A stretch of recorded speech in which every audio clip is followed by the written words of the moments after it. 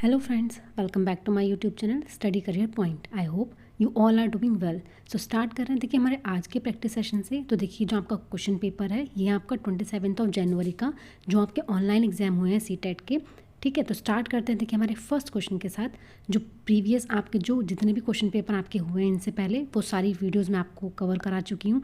ठीक है, तो स्टार्ट करते हैं। देखिए फर्स्ट क्वेश्चन के साथ तो आपका फर्स्ट क्वेश्चन है holding a pencil is an example of dash skill while kicking a football is an example of dash skill. देखिए एक पेंसिल को पकड़ना किस कौशल का उदाहरण है, जबकि फुटबॉल को धकेलना कौन से कौशल का उदाहरण है, ये आपसे पूछ रहे हैं। तो देखिए जब हम पेंसिल को होल्ड करते हैं तो हम क्या कर रहे हैं, वहाँ पर फाइन चीज़ों को हम पहले कर रहे हैं। ठीक है, जबकि फुटबॉल को किक कर रहे हैं हम, तो फुटबॉल को किक करना क्या होता है आपका, आप अपने पैरों का यूज़ कर रहे हैं। ठीक है, तो जब हम ग्रॉस और फाइन मोटर स्किल की बात करते हैं तो ग्रॉस मोटर स्किल में आपका क्या होता है कि जो आपका विकास है वो आपका कैसा हो जाता है, वो होता है आपका सेफेलोकॉर्डल टाइप, जिसमें आपका सर पर बच्चा सबसे पहले अपना अधिकार प्राप्त करता है। ठीक है, और जो फाइन मोटर स्किल होती है उसमें क्या होता है कि बच्चे का जो विकास है वो सेंटर से परिधि की तरफ होता है। ठीक है, केंद्र से बाहर की ओर। तो जो बच्चा है वो पेन पकड़ना, ठीक है, जो छोटी चीज़ें होती हैं वो पहले सीखता है। ठीक है, पेन पकड़ना, ये सब चीज़ें क्या होती हैं उसकी बाद में आती हैं, जबकि जो पैरों का हाथों का इनका जो यूज़ है वो पहले करने लग जाता है। ठीक है, तो यहाँ पर जो आपका सही आंसर है, देखिए जब पेंसिल को बच्चा पकड़ रहा है, ठीक है, तो वो आपका क्या होता है, वो होती है आपकी फाइन मोटर स्किल। और जब बच्चा फुटबॉल को किक कर रहा है, ठीक है, तो वो होती है आपकी ग्रॉस मोटर स्किल। जो बच्चे का डेवलपमेंट होता है वो आपका कहाँ से कहाँ होता है, तो वो होता है आपका ग्रॉस टू फाइन। कहाँ से कहाँ होता है आपका ग्रॉस टू फाइन। ठीक है, तो यहाँ पर फर्स्ट ऑप्शन जो है वो आपका बिल्कुल सही हो जाएगा। ठीक है, तो यहाँ पर जो आपका राइट आंसर है वो है ऑप्शन नंबर 1। चलते हैं देखिए नेक्स्ट क्वेश्चन पर। देखिए नेक्स्ट क्वेश्चन है विकास के संदर्भ में निम्न में से कौन सा सही नहीं है। देखिए कौन सा आपका सही नहीं है, विकास के संदर्भ में आपसे पूछ रहे हैं। ठीक है, तो देखिए विकास एक अनिरंतर तरीके से होता है, डिसकॉन्टिन्यूस होता है। बच्चे की विकास दर में विभिन्नताएं होती हैं, बिल्कुल ठीक है। विकास प्रकृति और पालन पोषण के जटिल संपर्क का परिणाम है, बिल्कुल ठीक है। विकास अपेक्षाकृत व्यवस्थित रूप से होता है, ये भी आपका बिल्कुल ठीक है। देखिए यहाँ पर जो विकास है वो क्या होता है आपका कॉन्टिन्यूस होता है, ना कि डिसकॉन्टिन्यूस। ठीक है, तो यहाँ आपका बिल्कुल गलत हो जाएगा, गलत ही आपसे पूछ रहा है। ठीक है, इनमें से कौन सा सही नहीं है, तो ऑप्शन नंबर 1 जो है आपका बिल्कुल सही हो जाएगा यहाँ पर। ठीक है, चलते हैं देखिए नेक्स्ट क्वेश्चन पर। नेक्स्ट क्वेश्चन है देखिए क्या चीज़ आपकी पूछी जा रही है कि जो प्रारंभिक बाल्यावस्था के दौरान बच्चों के प्राथमिक समाजीकरण की संस्थाएं हैं। तो देखिए जब आपका प्राइमरी एजेंट्स की आपकी बात होती है तो प्राइमरी एजेंट्स में आपकी क्या आती हैं, आपकी फैमिली आती है। तो देखिए जहाँ पर भी आपका फैमिली हो वो ऑप्शन आपका बिल्कुल करेक्ट हो जाएगा। तो यहाँ पर ऑप्शन नंबर 4 जो है वो आपका बिल्कुल सही है। ठीक है, चलते हैं देखिए नेक्स्ट क्वेश्चन पर।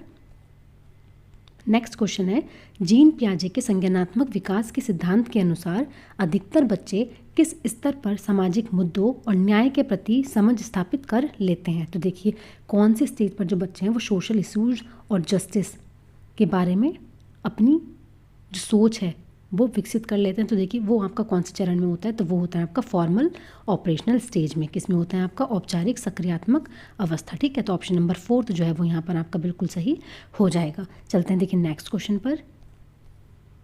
देखिए नेक्स्ट क्वेश्चन है एक विद्यार्थी निरीक्षण करता है कि छड़ ए छड़ बी से लंबी है तथा छड़ बी जो है वो छड़ सी से लंबी है। इस परीक्षण के आधार पर विद्यार्थी यह निष्कर्ष निकालता है कि छड़ ए जो है वो छड़ सी से लंबी है, परंतु जब यही समस्या उससे मौखिक रूप से पूछी जाती है तो वह सही निष्कर्ष नहीं निकाल पाता। पियाजे के अनुसार विद्यार्थी संज्ञानात्मक विकास की किस अवस्था में है। तो देखिए यहाँ पर जो बच्चा है वो विकास की कौन सी अवस्था में है, तो इसका मतलब क्या है कि जो बच्चा है वो क्या नहीं कर पा रहा है, जो आपकी स्टेज होती है CCS, क्या होता है उसमें आपका कंजर्वेशन, क्लासिफिकेशन और सीरिएशन। तो यहाँ पर बच्चा क्या कर रहा है कि उस समस्या को निरीक्षण के आधार पर निष्कर्ष जब वो निकालता है तो उसको मौखिक रूप से वो उसका निष्कर्ष नहीं निकाल पाता। इसका मतलब क्या हो रहा है बच्चे के अंदर कि जो उसका डिसेंट्रेशन है, जो कंसंट्रेशन है बच्चे का, वो वहाँ पर नहीं बन पा रहा है। ठीक है, तो वो आपका कौन से स्टेज में आता है, तो वो आपका आता है किस में आता है आपका कंक्रीट ऑपरेशनल स्टेज में। कौन से स्टेज में आता है आपका कंक्रीट ऑपरेशनल स्टेज में। ठीक है, जो आपकी मूर्त सक्रियात्मक अवस्था है उसका ही ये भाग होता है। ठीक है, तो चलते हैं देखिए नेक्स्ट क्वेश्चन पर। नेक्स्ट है आपका, निम्न में से किसे लॉरेंस कोलबर्ग द्वारा वर्णित किया गया है। देखिए लॉरेंस कोलबर्ग द्वारा कौन सी चीज़ को आपका वर्णित किया गया है। तो लॉरेंस कोलबर्ग में ना तो आपकी इकोसेंट्रिक स्पीच दी है, या आपकी किसने दी है, या आपकी जो जीन पियाजे है वो इसके बारे में बात करते हैं, ठीक है। इनर स्पीच, आपकी इनर स्पीच के बारे में कौन बात करता है, ZPD आपका किसने दिया है, या फिर सोशल कॉन्ट्रैक्ट ओरिएंटेशन, ये आपका। देखिए अब इसमें ये पूछ रहे हैं कि किसके बारे में लॉरेंस कोलबर्ग ने वर्णित किया है, ठीक है। तो देखिए लॉरेंस कोलबर्ग ने ZPD आपका किसने दिया है, लेव वाइगोत्स्की ने दिया है, ठीक है। इनर स्पीच आपकी किसने दी है, जो आंतरिक वाक होती है वो भी आपकी इन्होंने दी है। लेकिन जो सोशल कॉन्ट्रैक्ट ओरिएंटेशन, ये आपका किसकी स्टेज है, ये आपकी स्टेज है किसकी, लॉरेंस कोलबर्ग ने जो अपनी स्टेजेस दी हैं, ठीक है, उनकी। तो यही ये पूछ रहा है कि लॉरेंस कोलबर्ग की इनमें से कौन सी स्टेज है जो उन्होंने एक्सप्लेन की है। तो वो है आपके द सोशल कॉन्ट्रैक्ट ओरिएंटेशन, ठीक है। ये आपका किसके द्वारा दिया गया है, ये आपका दिया गया है लॉरेंस कोलबर्ग द्वारा, ठीक है। चलते हैं देखिए हमारे नेक्स्ट क्वेश्चन पर। देखिए नेक्स्ट क्वेश्चन है, राजेश तीसरी कक्षा का विद्यार्थी एक समस्या का समाधान खोजने में जूझ रहा था, ठीक है। यह देखकर उसकी अध्यापिका ने उससे कुछ संकेत दिए जिसके आधार पर वह समस्या का समाधान कर पाया। लेव वाइगोत्स्की की शब्दावली में अध्यापिका ने पाठ प्रदान करके राजेश को क्या पाने में मदद की है। तो देखिए जो टीचर है, टीचर ने बच्चे को क्या दिया है, हिंट और क्लू दिया है, ठीक है। तो बच्चे को क्या चीज़ पाने में मदद मिली है, समीपस्थ विकास का क्षेत्र क्या दिया है टीचर ने उसको, ZPD, zone of proximal development, ठीक है। समीपस्थ विकास का क्षेत्र किसके अनुसार पूछ रहे थे, लेव वाइगोत्स्की के अनुसार। तो ऑप्शन नंबर 3 जो वो होगा आपका बिल्कुल सही हो जाएगा। चलते हैं देखिए नेक्स्ट क्वेश्चन पर। नेक्स्ट है, निम्नलिखित में से किस सिद्धांतकारी ने अधिगम के संदर्भ में सामाजिक संरचनावाद पर जोर दिया है। तो देखिए कौन से सिद्धांतकारी ने दिया है, आपका किस पर पूछा है, सोशल कंस्ट्रक्टिविस्ट पर। तो देखिए सोशल कंस्ट्रक्टिविस्ट पर सबसे ज़्यादा जोर आपका किसने दिया है, तो वो है आपके लेव वाइगोत्स्की। कौन है आपके, लेव वाइगोत्स्की। तो ऑप्शन नंबर 3 जो होगा आपका बिल्कुल सही हो जाएगा। चलते हैं देखिए नेक्स्ट क्वेश्चन पर। देखिए नेक्स्ट है, करके सीखना, खोजी अधिगम और सहभागी अधिगम एक कक्षा की विशेषताएं। तो कौन सी कक्षा की विशेषताएं आपकी होती हैं, ये आपसे पूछ रहे हैं। तो देखिए कौन सी, तो वो होती हैं आपकी प्रोग्रेसिव क्लासरूम की। कौन सी होती हैं आपकी, प्रोग्रेसिव क्लासरूम की, प्रगतिशील कक्षा की आपकी विशेषताएं होती हैं। चलते हैं देखिए नेक्स्ट क्वेश्चन पर। राधिका एक खिलाड़ी होने के साथ साथ एक अच्छी नृत्यांगना भी है। हॉवर्ड गार्डनर के अनुसार उसके पास कौन से प्रकार की बुद्धि है। देखिए जब बात हो रही है आपकी किस चीज़ की, नृत्यांगना, वो क्या है, एक अच्छे खिलाड़ी के साथ साथ क्या है, वो आपकी नृत्यांगना भी है। तो वो कौन सी आपकी जो इंटेलिजेंस है उसके बारे में आपसे पूछ रहे हैं कि कौन सी इंटेलिजेंस यहाँ पर यूज़ हुई है। तो देखिए जब आपके डांस की बात हो रही है तो वो क्या है आपका, बॉडीली काइनेस्थेटिक। क्या है आपकी, बॉडीली काइनेस्थेटिक, ठीक है। तो यहाँ पर ऑप्शन नंबर 3 जो होगा वो बिल्कुल आपका सही हो जाएगा। चलते हैं देखिए नेक्स्ट क्वेश्चन पर। देखिए नेक्स्ट है, राष्ट्रीय शिक्षा नीति 2020 के अनुसार प्राथमिक स्तर तक के बच्चों की शिक्षा के लिए डैश को प्राथमिकता दी जानी चाहिए। तो देखिए अकॉर्डिंग टू NEP पॉलिसी 2020 के अकॉर्डिंग आपसे पूछ रहे हैं, ठीक है। तो कौन सी जो लैंग्वेज है उसको प्राथमिक स्तर पर प्राथमिकता दी जानी चाहिए। तो वो कौन सी लैंग्वेज है आपकी, वो है आपकी मदर टंग। कौन सी आपकी मातृभाषा, ठीक है। चलते हैं देखिए नेक्स्ट क्वेश्चन पर। देखिए निम्नलिखित में से कौन सा कथन लिंग रूढ़िवादिता को दर्शाता है। देखिए कौन सा कथन जो है वो आपका जेंडर स्टीरियोटाइप को दर्शाता है। लड़कियां लड़कों की तरह ही शैक्षिक क्षेत्र में सक्षम हैं। लड़कियां हमेशा अच्छा व्यवहार करने वाली, कोमल और भावुक होती हैं। लड़के और लड़कियां दोनों खेलों में अच्छा करने की क्षमता है। लड़कियां लड़कों की तरह ही शिक्षा और परिवार दोनों को संभाल सकती हैं। तो देखिए कौन सा जो स्टेटमेंट है वो आपका जेंडर स्टीरियोटाइप का है यहाँ पर। तो देखिए कौन सा आपका राइट आंसर हो जाएगा। तो यहाँ पर आपका जो सही आंसर है वो है आपका कि लड़कियां जो है वो हमेशा अच्छा व्यवहार करने वाली, कोमल और भावुक होती है, ठीक है। तो ये आपका क्या कर रहे हैं, जेंडर स्टीरियोटाइप को बढ़ावा रिप्रेजेंट कर रहा है, ठीक है। तो ऑप्शन नंबर 2 जो होगा वो यहाँ पर बिल्कुल सही है। चलते हैं देखिए नेक्स्ट क्वेश्चन पर। अभिकथन वाला क्वेश्चन है आपका, एक ऐसी कक्षा जिसमें विविध सामाजिक आर्थिक परिप्रेक्ष्यों से संबंधित विद्यार्थी हैं, वहाँ अध्यापिका को मानकीकृत पाठ्यक्रम के इस्तेमाल से बचना चाहिए। कारण दिया हुआ है आपको, बच्चे बहुत अच्छे से सीखते हैं जब वे बाह्य रूप से अभिप्रेरित हों। बच्चे अच्छे रूप से सीखते हैं जब बाह्य रूप से अभिप्रेरित हों। तो देखिए यहाँ पर जो आपका ऑप्शन है, देखिए ऐसी कक्षा जिसमें विविध सामाजिक सांस्कृतिक परिप्रेक्ष्यों से संबंधित विद्यार्थी हैं तो वहाँ अध्यापिका को मानकीकृत पाठ्यक्रम के इस्तेमाल से बचना चाहिए। बिल्कुल आपका सही है, ठीक है। फर्स्ट ऑप्शन जो आपका भी कथन ए है वो आपका बिल्कुल सही है। लेकिन आर जो है कि बहुत अच्छे से सीखते हैं जब वे बाह्य रूप से अभिप्रेरित हों। जब आंतरिक रूप से अभिप्रेरित होता है बच्चा तब वो बहुत अच्छे से सीखता है, ठीक है। तो ये आपका बिल्कुल ही गलत है। तो यहाँ पर आपका ऑप्शन नंबर थर्ड जो होगा वो आपका बिल्कुल सही है। ए तो सही है लेकिन आर क्या है आपका, आर आपका गलत है, ठीक है। चलते हैं देखिए नेक्स्ट क्वेश्चन पर। देखिए, शिक्षक द्वारा निम्न में से पूछा गया कौन सा प्रश्न बच्चों में सृजनात्मकता और समस्या समाधान कौशलों को बढ़ावा देता है। देखिए कौन सा पूछा गया जो प्रश्न है, ठीक है, वो सृजनात्मकता जो क्रिएटिविटी है उसको एनकरेज करता है। तो देखिए कौन सा क्वेश्चन है आपका, व्हाट इज़ पॉल्यूशन, प्रदूषण क्या है, प्रदूषण किन कारणों से हो सकता है, प्रदूषण कितने प्रकार का होता है, अपने शहर में आप प्रदूषण पर नियंत्रण किस प्रकार कर सकते हैं। तो देखिए ये जो है आपके सटीक आंसर आपके देंगे, प्रदूषण क्या होता है, प्रदूषण किन कारणों से हो सकता है, या प्रदूषण कितने प्रकार का होता है। लेकिन जब आप क्या कर रहे हैं उसको रियल लाइफ से जोड़ रहे हैं, ठीक है, अपने शहर में आप कैसे नियंत्रण कर सकते हैं, तो वो आपका क्या हो जाएगा, ये क्रिएटिव आंसर आपको देगा, ठीक है। तो ऑप्शन नंबर 4 जो है वो आपका बिल्कुल यहाँ पर सही हो जाएगा। चलते हैं देखिए नेक्स्ट क्वेश्चन पर। देखिए नेक्स्ट है, मूल्यांकन का मुख्य उद्देश्य क्या होना चाहिए। देखिए जो आपका असेसमेंट है उसका जो मेन ऑब्जेक्टिव है वो आपका क्या होना चाहिए। तो मेन ऑब्जेक्टिव ऑप्शन देखते हैं आपके, प्रदर्शन के आधार पर विद्यार्थियों का नामीकरण, देखिए लेबलिंग बच्चों को नहीं करनी है, ठीक है। माता पिता को उनके बच्चों की शिकायत करना कि वह क्या करने में असक्षम है, ये भी आपका बिल्कुल गलत है। विद्यार्थियों से तुलना करना, देखिए तुलना हमें नहीं करनी है। तो बचता कौन सा ऑप्शन है आपका, ऑप्शन नंबर 4। विद्यार्थियों द्वारा अधिगम प्रक्रिया में महसूस की जाने वाली चुनौतियों और उनके सामर्थ्य को समझना। तो ऑप्शन नंबर 4 जो है वो आपका बिल्कुल सही हो जाएगा। चलते हैं देखिए नेक्स्ट क्वेश्चन पर। समावेशी शिक्षा का क्या मतलब है। देखिए जो इंक्लूसिव एजुकेशन आपकी होती है उसका क्या मतलब है। तो देखिए विविध ज़रूरतों वाले विद्यार्थियों को अलग अलग स्कूल में पढ़ाना, बिल्कुल गलत है आपका। एक ऐसी स्कूली व्यवस्था स्थापित करना जहां सभी विद्यार्थियों की ज़रूरतों की पूर्ति हो सके, ठीक है। विद्यार्थियों को उनके प्रदर्शन के आधार पर अलग अलग समूहों में बांटना, देखिए समूह में आपको नहीं बांटना है, वो भी उनके प्रदर्शन के अकॉर्डिंग, ठीक है। तो ये भी आपका बिल्कुल गलत हो जाएगा।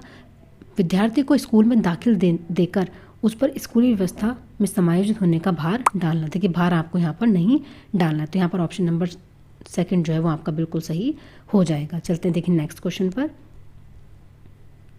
देखिए एक विविधता वाली कक्षा में एक शिक्षक को क्या करना चाहिए। देखिए जो आपकी डाइवर्स क्लासरूम है उसमें जो शिक्षक है उसको क्या करना चाहिए, अन्य बच्चों की उपलब्धि बढ़ाने के लिए कुछ छात्रों की उपेक्षा करनी चाहिए, विद्यार्थियों की आवश्यकता के अनुसार विभिन्न शिक्षण अधिगम और मूल्यांकन विधियों का उपयोग आपका करना चाहिए, ठीक है। विद्यार्थियों के सीखने के स्तर को कोई महत्व नहीं देना चाहिए, बिल्कुल गलत है। कक्षा में एक भयभीत वातावरण हमें नहीं देना बच्चों को, ठीक है।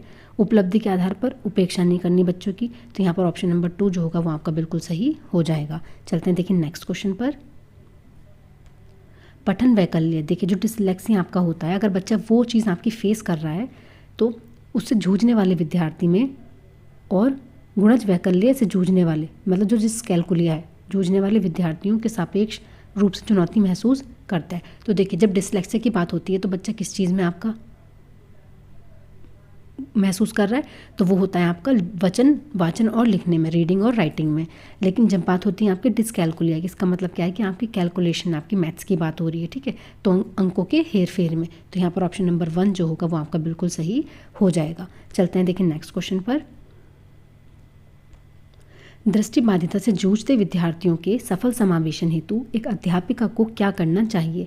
देखिए जब बात हो रही है आपकी विजुअल इम्पेयरमेंट की, ठीक है, तो देखिए जितनी हो सके उतनी जानकारी लिखित रूप से, देखिए लिखित रूप से यहाँ पर नहीं देनी है क्यों बच्चा क्या है दृष्टिबाधिता से जूझ रहा है, ठीक है। महत्वपूर्ण जानकारी को रंगीन लेखनियों द्वारा इंगित करना, जब उसको देखने में ही प्रॉब्लम है तो आप लिखेंगे क्यों। संप्रतियों की व्याख्या करने के लिए श्यामपट्ट पर आरेख बनाना चाहिए। जानकारी को प्रस्तुत करने के लिए मौखिक तरीके अपनाने चाहिए। देखिए यहाँ पर हम क्या करेंगे, मौखिक तरीके अपनाएंगे क्योंकि बच्चों को क्या है, बच्चे को दृष्टिबाधिता से प्रॉब्लम है, ठीक है। चलते हैं देखिए नेक्स्ट क्वेश्चन पर। प्रतिभाशाली विद्यार्थियों के संदर्भ में निम्न में से क्या सही है। तो देखिए जब प्रतिभाशाली बच्चों की, जो आपके गिफ्टेडनेस चाइल्ड है, अगर उनकी बात यहाँ पर हो रही है तो देखिए क्या होना चाहिए आपका, वे अभिसारी और परंपरागत तरीके से सोचते हैं, उनमें सीखने के प्रति कम ग्रहणशीलता होती है, बिल्कुल गलत है। वे नए क्रियाकलापों को करने का जोखिम टालते हैं, ये भी आपका गलत है। वे मानसिक क्रियाओं में परिवर्तनशीलता और लचीलापन दिखाते हैं, ये आपका बिल्कुल ही सही है। तो यहाँ पर ऑप्शन नंबर 4 जो होगा वो आपका बिल्कुल सही हो जाएगा। ठीक है, चलते हैं देखिए नेक्स्ट क्वेश्चन पर। देखिए नेक्स्ट क्वेश्चन जो है वो है आपका अभिकथन पर बेस्ड है। एक अध्यापिका को कक्षा में विद्यार्थियों के बीच सहभागिता, बातचीत और वैचारिक बहस को बढ़ावा देना चाहिए। बच्चे सामाजिक अंतःक्रिया द्वारा अपने वातावरण के बारे में अर्थ सृजन में सक्षम होते हैं। तो देखिए यहाँ पर आपका क्या चीज़ सही है। देखिए अगर बातचीत को, सहभागिता को हम बढ़ावा दे रहे हैं तो ये आपका बिल्कुल सही है, क्योंकि बच्चा क्या करता है, कोलैबोरेशन से ज़्यादा सीखता है। ठीक है, बच्चे सामाजिक अंतःक्रिया द्वारा अपने वातावरण के बारे में सृजन में सक्षम होते हैं, तो ये भी आपका बिल्कुल सही है। तो ऑप्शन नंबर 1 जो होगा वो आपका बिल्कुल सही यहाँ पर हो जाएगा। चलते हैं देखिए नेक्स्ट क्वेश्चन पर। देखिए जो नेक्स्ट क्वेश्चन है आपका वो है अधिगम एक सक्रिय प्रक्रिया है जो एक सांस्कृतिक संदर्भ में होती है। निम्न में से कौन सा दृष्टिकोण इस विचार में विश्वास रखता है। देखिए जो अधिगम है एक सक्रिय प्रक्रिया है और सांस्कृतिक संदर्भ में होती है, तो यहाँ आपका कौन से जो आपके बिलीफ है, ठीक है, जो इन पर विश्वास रखते हैं। तो देखिए साइको एनालिटिक है, बिहेवियरिस्टिक है, सोशियो कंस्ट्रक्टिविस्ट है या फिर मोरलिस्टिक है। तो देखिए वो कौन से जो सांस्कृतिक संदर्भ से बच्चा सीखता है, तो वो है आपके सामाजिक संरचनावाद। कौन से आपके सामाजिक संरचनावाद। तो यहाँ पर ऑप्शन नंबर 3 जो होगा वो बिल्कुल आपका सही हो जाएगा। चलते हैं देखिए नेक्स्ट क्वेश्चन पर। नेक्स्ट क्वेश्चन है निम्न में से कौन सा एक नए संप्रत्यय के अधिगम को बढ़ावा देता है। तो देखिए कौन सी चीज़ है जो एक नए संप्रत्यय के अधिगम को बढ़ावा देती है। नए ज्ञान को विद्यार्थियों के पूर्व ज्ञान से जोड़ना। ठीक है, तो देखिए यहीं आपका बिल्कुल पॉजिटिव पॉइंट आपको मिल गया है कि नए ज्ञान को हम जब विद्यार्थियों के पूर्व ज्ञान से जोड़ते हैं तो अधिगम क्या होता है आपका बहुत बेटर तरीके से होता है। ठीक है, तो ऑप्शन नंबर 1 जो होगा वो आपका यहाँ पर बिल्कुल सही है। चलते हैं देखिए नेक्स्ट क्वेश्चन पर। नेक्स्ट है निम्नलिखित में से कौन सा उपागम ज्ञान निर्माण में विद्यार्थियों की सक्रिय भूमिका को कम आंकता है। देखिए क्या बोलता है वो कम, कौन सा इसमें से कम है। तो देखिए कंठस्थ मेमोराइजेशन जो है वो आपका बिल्कुल ही कम है। ठीक है, कम ही आपसे ये पूछ रहे हैं, तो यहाँ पर आपका क्या आंसर हो जाएगा, तो वो हो जाएगा आपका कंठस्थ स्मरण। ठीक है, चलते हैं देखिए नेक्स्ट क्वेश्चन पर। नेक्स्ट है रेणु हमेशा समस्या समाधान के विभिन्न पहलुओं पर विचार करके तथा अंत में कई सही समाधान ढूंढ लेती है। ठीक है, तो इस समस्या को हल करने के लिए किस प्रकार की सोच का उपयोग कर रही है। तो देखिए वो किस प्रकार की जो सोच है उसका यहाँ पर उपयोग कर रही है। तो देखिए यहाँ पर जो आपका राइट आंसर है वो आपका क्या हो जाएगा, तो वो हो जाएगा आपका डाइवर्जेंट थिंकिंग। किस चीज़ का कर रही है वो, डाइवर्जेंट थिंकिंग का। ठीक है, अब सारी चिंतन का यहाँ पर वो यूज़ कर रही है। ठीक है, चलते हैं देखिए नेक्स्ट क्वेश्चन पर। नेक्स्ट क्वेश्चन है विद्यार्थियों द्वारा की गई त्रुटियों से निपटने का सही तरीका क्या है। तो देखिए विद्यार्थियों को त्रुटियां करने के लिए दंडित करना, दंडित हमें नहीं करना है। विद्यार्थियों को सीधे सही जवाब बता देना और उन्हें बार बार कॉपी में लिखने के लिए देना, ये भी आपका गलत है। विद्यार्थियों को अपने सहपाठी का सही जवाब नकल करने को कहना, ये भी आपका गलत है। देखिए कमियों का विश्लेषण हमें करना है जिनकी वजह से त्रुटि हुई है और विद्यार्थियों को सहायता प्रदान करना। ठीक है, तो ऑप्शन नंबर 4 जो है वो यहाँ पर आपका बिल्कुल सही हो जाएगा। ठीक है, चलते हैं देखिए नेक्स्ट क्वेश्चन पर। एक ऐसी स्थिति में जब परिणाम अनिश्चित है लेकिन ध्यान असफलता पर है, विद्यार्थी निम्न में से किस संवेग का अनुभव करेंगे। देखिए which of the following emotions are students likely to experience when outcome is uncertain and focus in on failure. जब बच्चे का जो ध्यान है वो किस पर हो, उसकी फेलियर पर हो। ठीक है, तो यहाँ पर आपका कौन सा इमोशन होगा, तो वो होगी आपकी चिंता, एंजाइटी। ठीक है, यहाँ पर कौन सा इमोशन है आपका, एंजाइटी का। ठीक है, तो ऑप्शन नंबर जो 2 है आपका वो आपका यहाँ पर बिल्कुल सही हो जाएगा। चलते हैं देखिए नेक्स्ट क्वेश्चन पर। नेक्स्ट है विद्यार्थियों को किस तरह के लक्ष्य निर्धारित करने के लिए प्रेरित करना चाहिए। देखिए विद्यार्थियों को कौन से जो लक्ष्य हैं, तो वो है आपके कौन से लक्ष्य आपके होते हैं, मास्टरी ओरिएंटेड। कौन से होते हैं आपके, मास्टरी ओरिएंटेड। ठीक है, परफॉर्मेंस बेस्ड नहीं होना चाहिए। ठीक है, फेलियर एक्सेप्टेंस नहीं होनी चाहिए, मास्टरी ओबीडियंस आपका नहीं होना चाहिए। ऑप्शन नंबर 1 जो है वो यहाँ पर आपका बिल्कुल सही है। चलते हैं देखिए नेक्स्ट क्वेश्चन पर। देखिए अपने स्वयं की चिंतन प्रक्रिया को जांचने, मूल्यांकन करने और तदनुसार परिवर्तन करने की योग्यता आपकी क्या कहलाती है। तो देखिए अपनी चिंतन प्रक्रिया को जांचना कौन सी आपकी प्रक्रिया है। देखिए प्रत्यय स्मरण यहाँ पर नहीं है, रटना आपका नहीं है, ध्यान देना यहाँ पर नहीं है, अधिसंज्ञान या परासंज्ञान जो है वो आपका बिल्कुल सही आंसर है। देखिए देख लेते हैं क्या होता है वो आपका, उसको कहते हैं मेटाकॉग्निशन। क्या बोलते हैं? मेटाकॉग्निशन। चलते हैं, देखिए लास्ट क्वेश्चन है आपका आज का।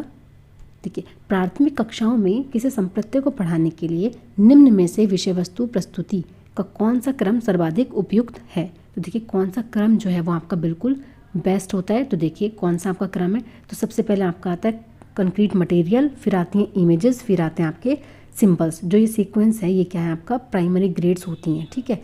विषय वस्तु प्रस्तुतिकरण का सबसे बेस्ट जो है आपका रिप्रेजेंटेशन जो होती है वो होती है आपकी, पहले कॉन्क्रीट मटेरियल हम बच्चों के लिए यूज़ करेंगे, ठीक है, फिर इमेजेस बच्चे के लिए और उसके बाद आपके सिंबल्स, ठीक है। मूर्त सामग्री, क्योंकि बच्चा क्या करता है, जो मूर्त सामग्री होती है, ठीक है, जिसकी रिप्रेजेंटेशन हम बच्चे को करके बताते हैं तो उससे बच्चा क्या करता है आपका जल्दी सीखता है, ठीक है। तो मूर्त सामग्री यहाँ पर हो गई आपकी, ऑप्शन नंबर 3 जो है वो आपका बिल्कुल सही है, ठीक है। तो आज का जो आपका क्वेश्चन पेपर है वो आपका कंप्लीट होता है सीडीपी का, ठीक है। ये जो सेशन है ये आपका पेपर फर्स्ट के लिए है, जो पेपर फर्स्ट की सीडीपी आपकी कवर कर रहा है। अगर आपको मेरी क्लास पसंद आई है तो प्लीज़ मेरे चैनल को लाइक करें, सब्सक्राइब करें और शेयर करें। Thank you.